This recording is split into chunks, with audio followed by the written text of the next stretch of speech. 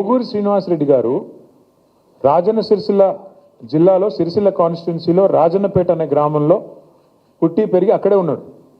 ఆయనకు రెండో ఓటు జూబ్లీహిల్స్లో ఉన్నట్టు ఆయనకు కూడా తెలియదు.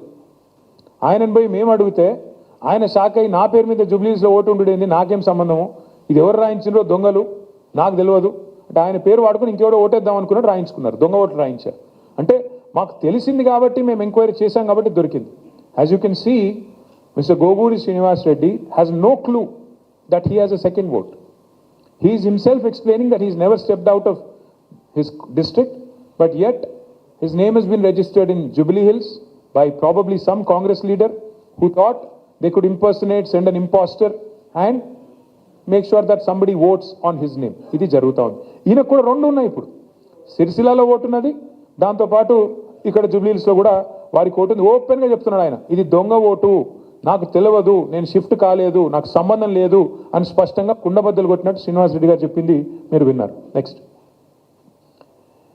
Another example. ఎన్ని రకాల అరాచకాలు ఉన్నాయి ఈ ఓటర్ లిస్ట్లో అంటే, ఎన్ని దుర్మార్గాలు, ఎంత తప్పుల తడకగా ఉంది ఈ ఓటర్ లిస్ట్ అని చెప్పడానికి చూడండి ఒక్కసారి. గొప్ప ఎగ్జాంపుల్ ఇది. ఒకడే మనిషి, name's Kovuri Karthik, same father name Kovuri Naganna, same house name number 83229/D/75/H, but same picture also, not even different picture, same picture. 3 votes, 3 different epic cards. You can see the epic cards. WKH 4403